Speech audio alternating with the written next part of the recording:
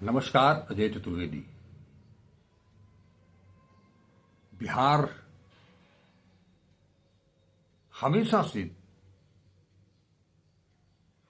राजनीति का एक बहुत बड़ा अखाड़ा रहा है। इस देश में जितनी क्रांति हुई, जितने आंदोलन हुए, चाहे महात्मा गांधी ने शुरू किए हों, जयप्रकाश नारायण ने शुरू किए हों, वो सारे आंदोलन जो परवान चढ़े वो बिहार से ही शुरू हुए। चंपारण कौन भूल सकता है। और एक बार फिर कांग्रेस ने, जिसे कि बिहार में कोई हाल के दिनों में, पिछले 20 वर्षों में ये हालत हो गई, 30 वर्षों में, तो उनका नामलेवा भी खत्म हो गया। आज भी बहुत सारे लोग वो पंजा वाली पार्टी कहीं दिखाई देना बंद हो गई थी। नतीजा आपने लोकसभा 2024 के चुनाव में भी देख लिया। अगर बिहार से उतना सपोर्ट मिला होता अपेक्षित, तो शायद आज देश की तस्वीर कुछ और होती। लेकिन उस तस्वीर को जो लोकसभा चुनाव में दिखी, उस तस्वीर को बदलने के लिए राहुल गांधी ने मोर्चा खोला और अपने सबसे करीबी, जुझारू, प्रखर वक्ता, संघर्षशील कन्हैया कुमार को प्लेटफॉर्म बनाने के लिए भेज दिया, यात्रा के लिए। यात्रा चली 31 मार्च तक। वो 16 मार्च से शुरू होकर के 31 मार्च तक उसका पहला चरण पूरा हो गया। और इस दौरान कन्हैया कुमार ने, चाहे मीडिया में, सोशल मीडिया में कुछ भी कहा जाए, लेकिन एक जबरदस्त काम तो उन्होंने किया कि कांग्रेस शब्द को फिर से चर्चा में तो ले आ दिया। अब कोई ये कहे कि कन्हैया कुमार को ये करना चाहिए था, उनको ये करना चाहिए था, कांग्रेस को ये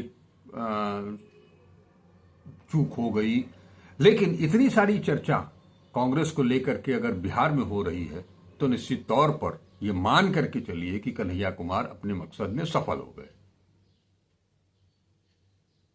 और इसकी दूसरी यात्रा, दूसरा चरण कल से शुरू होगा, 2 अप्रैल से। और ये यात्रा जब बेगूसराय पहुंचेगी, तो वहां कन्हैया कुमार अपना दमखम दिखाएंगे। एक तरह से शक्ति प्रदर्शन भी होगा। कोशिश ये है कि इस बेगूसराय में जो कुछ भी होगा, उसमें राहुल गांधी को भी शामिल कर लिया जाए। राहुल गांधी वैसे भी 7 तारीख को वहां पहुंच रहे हैं बिहार, संविधान सुरक्षा सम्मेलन के लिए। और राहुल गांधी बिहार में हों, कांग्रेस, एनएसयूआई और यूथ कांग्रेस की यात्रा चल रही हो, और उनके सबसे करीबी उसको लीड कर रहे हो कन्हैया कुमार, और राहुल गांधी उससे मुख मोड़ करके निकल जाएंगे, ऐसा लगता तो नहीं। ये उम्मीद तो उनसे नहीं की जा सकती है, क्योंकि ये सारी गोटी बिठाई हुई उन्हीं की है। ये चौसर जो सजा है वो उन्हीं का है। शतरंजी सियासत के वो, अगर अमित शाह इसके पंडित कहे जाते हैं, चाणक्य माने जाते हैं, तो राहुल ने भी हाल के दिनों में ये साबित किया है कि वो उनसे कमतर नहीं है। संविधान के दायरे में रह करके लोकतंत्र की परिभाषा के तहत उन्होंने जो कुछ भी करने की कोशिश की है इस देश को बदलने की, स्वस्थ लोकतंत्र जो संविधान से गवर्न होता हो, उस रास्ते पर चलने की जो एक सोच राहुल गांधी के अंदर दिखाई देती है, उसका लोहा तो मानना पड़ेगा, क्योंकि इकलौता व्यक्ति है पूरे देश में जो पूरी दृढ़ता के साथ तमाम विरोध विपरीत परिस्थितियों के, जब ईडी और सीबीआई उनसे लंबी लंबी घंटों घंटों वार्ता भी करती है, पूछताछ करती है, उससे भी वो विचलित नहीं होते हैं। उनकी सदस्यता रद्द कर दी जाती है, उससे भी वो विचलित नहीं होते हैं। उनका घर आवास, सरकारी आवास छीन लिया जाता है, उससे भी वो विचलित नहीं होते हैं। उनके माता पिता, दादा दादी, नाना नानी, पूरे कुनबे पर किस किस तरह की भद्दी भद्दी का शब्दों में तमाम बातें सत्ता पक्ष की ओर से की जाती हैं। क्या वो इंसान नहीं है? उनको दिल नहीं है? उनको उनकी भावनाएं आहत नहीं होती हैं? बावजूद इसके देश के लिए डट करके खड़े हैं। ऐसा शख्स, ऐसा नेता अपनी ही चाल को भला क्यों कर फेल करने की कोशिश करेगा, उससे किनारा करने की कोशिश करेगा? तो ऐसे में अगर राहुल गांधी कन्हैया कुमार की यात्रा में शामिल होते हैं तो एक बड़ा मैसेज जाएगा। और यात्रा में जो लोगों का आरोप है कि इसके साथ जन सामान्य नहीं जुड़ रहा है, तो वो भी तेजी के साथ जुड़ता हुआ दिखाई देगा। और ये फिर जो माहौल इस यात्रा के माध्यम से खड़ा होगा, 14 अप्रैल तक जब चलेगा और उसका जब समापन होगा भव्य, तब तक एक जमीन 15 दिन मार्च में, 15 दिन अप्रैल में, ये जमीन तो तैयार हो जाएगी तब तक।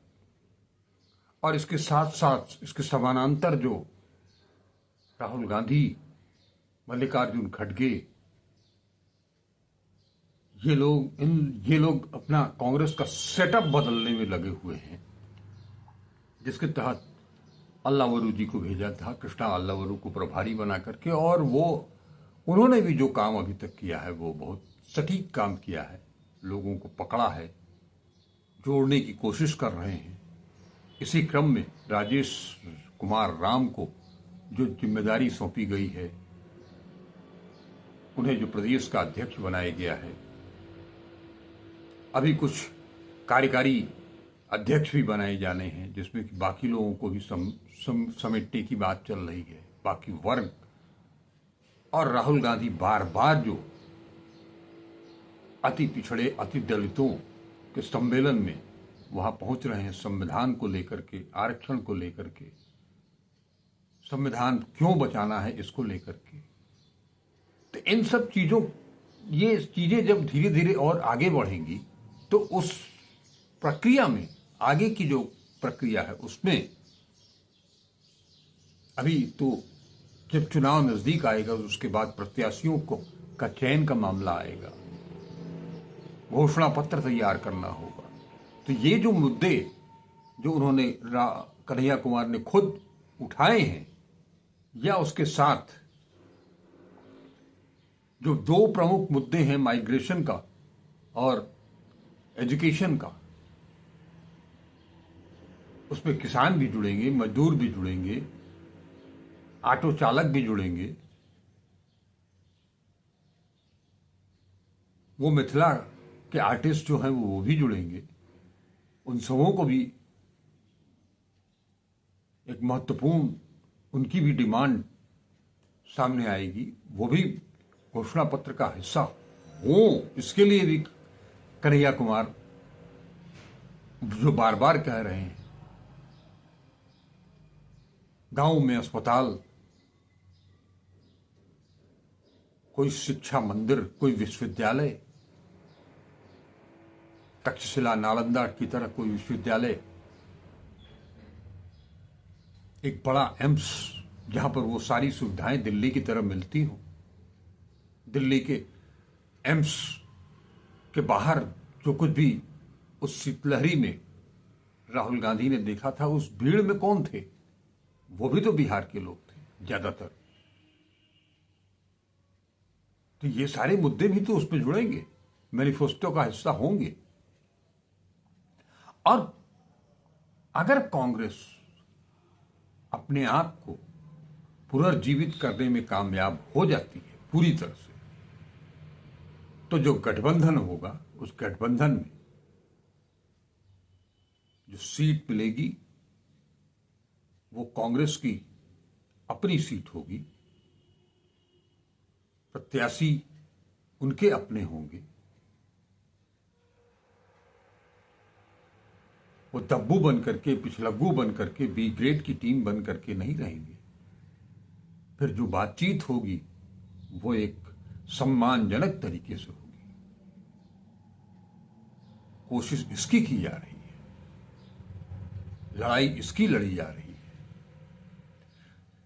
सही बात है कि बार बार ये एक सवाल उठ करके आ रहा है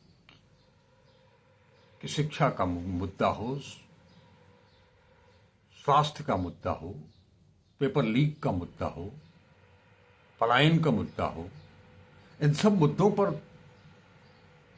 तेजस्वी यादव भी अपनी बात रखते हैं, प्रशांत किशोर भी अपनी बात रखते हैं।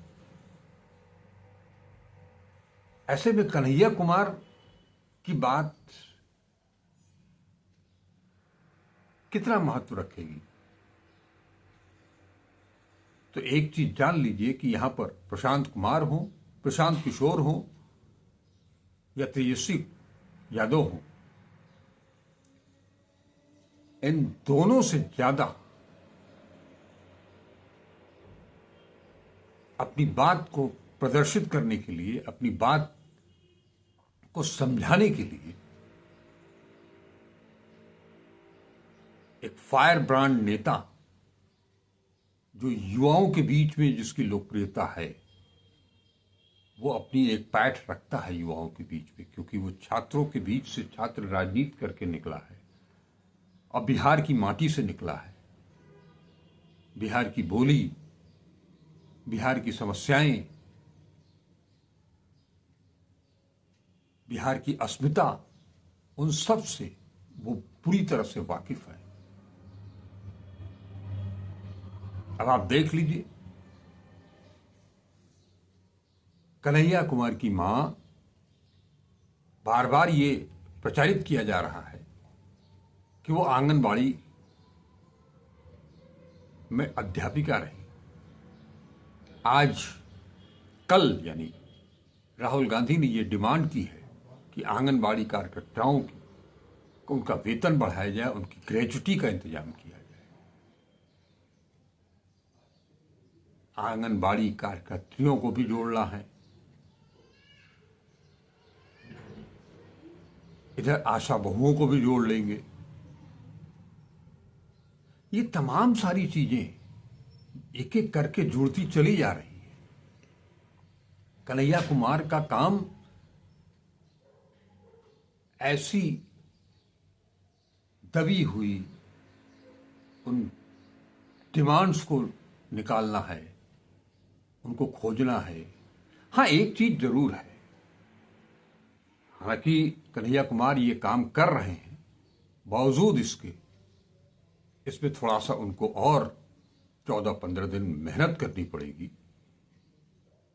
वो जिन गांव में जा रहे हैं, उन गांवों के अचानक से किसी भी झोपड़ी में, किसी भी ढाबे में, कहीं भी पहुंच करके किसी के साथ बैठना, किसी के साथ खाना, किसी के साथ बतियाना, चौपाल लगाना, अट्रेंडम, अगर ये प्रक्रिया भी शुरू हो गई तो इसका भी असर दिखाई देगा। चलिए देखते हैं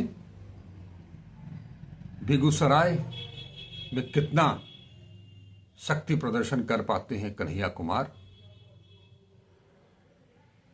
और कन्हैया कुमार की इस यात्रा के दौरान, पलायन रोको नौकरी दो यात्रा में, क्या थोड़ी देर के लिए भी राहुल गांधी शामिल हो पाते हैं तो इसकी रंगत बढ़ जाएगी, इसका प्रभाव बढ़ जाएगा। क्योंकि राहुल गांधी यात्रा में शामिल होंगे तो संविधान सुरक्षा सम्मेलन के बाद शामिल होंगे, ऐसे में उनके साथ भी एक भीड़ होगी समर्थकों की। तो सवाल बेगूसराय से लेकर के अब पटना तक जब इसका समापन होगा तब तक पर नजर बना करके रखनी है, क्योंकि यही आने वाले विधानसभा चुनाव की पहली सीढ़ी है, पहला इम्तिहान है। इम्तिहान में क्या होगा इसकी बहुत कुछ बानगी इन 15 दिनों में दिख जाएगी। नमस्कार, अजय चतुर्वेदी।